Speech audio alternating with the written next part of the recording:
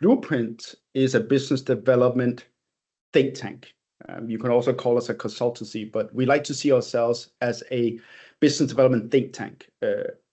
Our mission is really to service airports, operators, and brands. And we do this by focusing on strategy. So we love supporting airports, operators, and brands with developing their travel retail strategy. That means a lot of workshops, excuse me. It translates into a lot of one-on-one sparring sessions.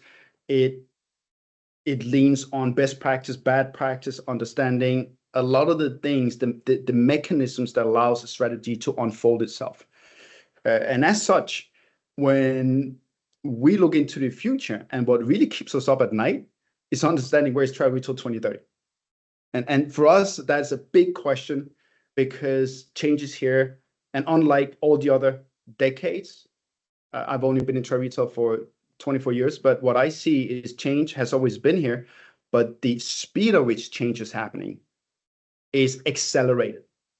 So this means that where will we see change? And we believe that digitalization and AI is going to be one of those mission critical trends that are looking into transforming not only civilization, but also travel retail.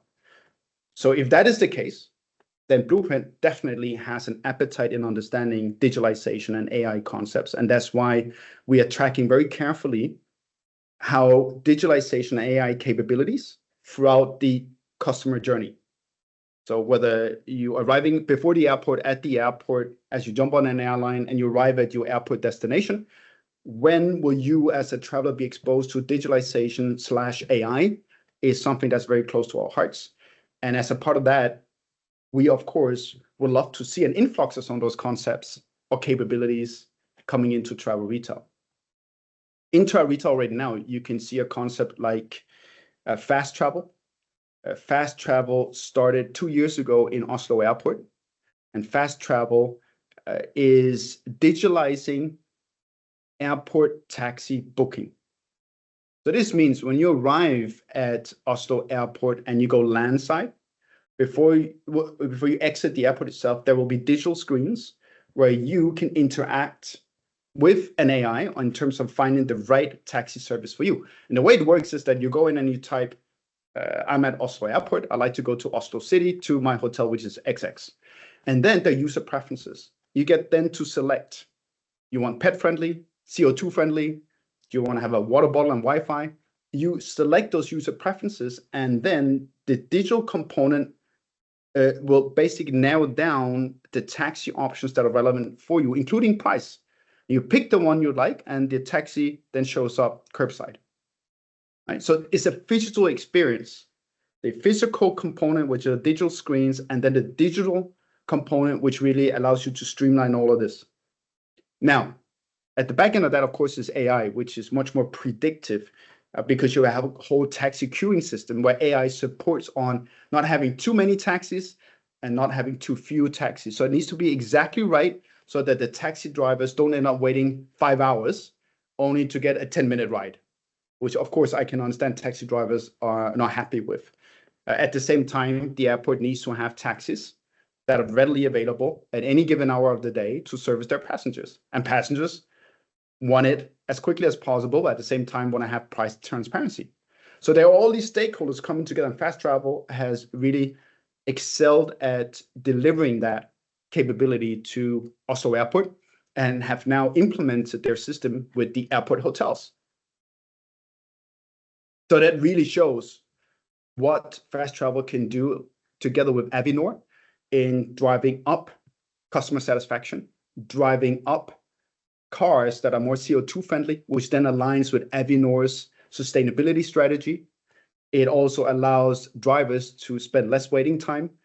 So a great example of how digitalization/AI works together as the glue to help the stakeholders in the industry service travelers to a great extent.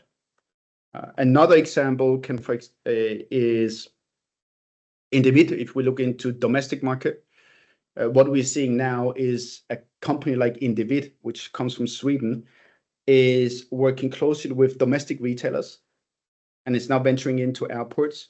And it is specialized in the space of people counting. So when we in retail, in airports, for example, we look for KPIs like penetration, footfall, conversion, dwell time. You can do this in many different ways. There are many different ways of getting the answers to these KPIs, but a simple way to do it is also AI. So you upload AI software to existing CCTV cameras, and then AI monitors your behavior, right down to the accuracy of being more than 99% accurate. So this means real time, the retailer and also the brands and therefore the airport can access data on how the behavior is inside their store, which of course allows retailers to better do their planograms, for example. It allows brands to get better insights on how to do their displays, which eventually translates into more sales and more rent for the airport. And a way to do that is really AI. So you were seeing Indeed has successfully proven how not only the KPIs are being much more accurate, and yes, it is GDPR compliant, you're also seeing that the value of such properties can go up because you're much more accurate in how many customers, consumers are entering your space, how do they navigate the different spaces, and when do they exit, so on and so forth. Yeah. So in today's world, you could ask them a questionnaire. Of course, you can track that by watching their behavior, but AI is much more sophisticated and doing it consistently and real time. So as a third capability, I think the in-store theft AI capability is highly relevant. And at Amsterdam Schiphol Airport, together with the company Vision, they have launched AI in-store theft detection. And this means technically that it is going to be a lot harder for shoplifters to get away with stealing in an airport store, in short. Now, how does this work? It works that you take the AI software and you upload that to the CCTV cameras, and then it detects what we would call suspicious behavior. So it will detect, obviously, me looking at a fragrance, for example, putting the fragrance bottle back on its shelf. That's not suspicious behavior. But the moment I take this, put it in my jacket pocket or put it into my bag, suspicious behavior. And AI will then recognize the suspicious behavior. So now it's analyzing behavior. It then detects suspicious behavior. And then it alerts the store management of that behavior. Store management can then decide whether to proceed with an action or not, because AI allows you to say, but I need to double check with you. What do you think? Then store manager says, that is definitely not okay. So this means that the store manager can now send a push message to the airport police and apprehend the persons who now have left the store with the goods that they borrowed temporarily. And that allows not only the concession partners, but also the airport to really put in place a capability that works consistently and constantly monitors so-called suspicious behavior. And Amsterdam Schiphol Airport, together with Vision, have introduced this with great results. Started it in April, launched it with a couple of cameras, which is now graduating into multiple cameras throughout the airport in different stores. And the results is very clear. There has been shoplifters taken with up to 35 fragrances, including the bag that the fragrances were put in. So I think normally you would hear airport concessions partners saying theft is maybe 1 to 2% of revenue. In domestic market, we hear percentages closer to 5 to 6%. But if you're operating an airport shopping center where you're looking at 500 million euros, €1 billion in sales, 1 to 2% becomes significant. So today, one could sit and monitor CCTV cameras yourselves, obviously. But the idea of having AI do that makes it just a lot more effective. Now,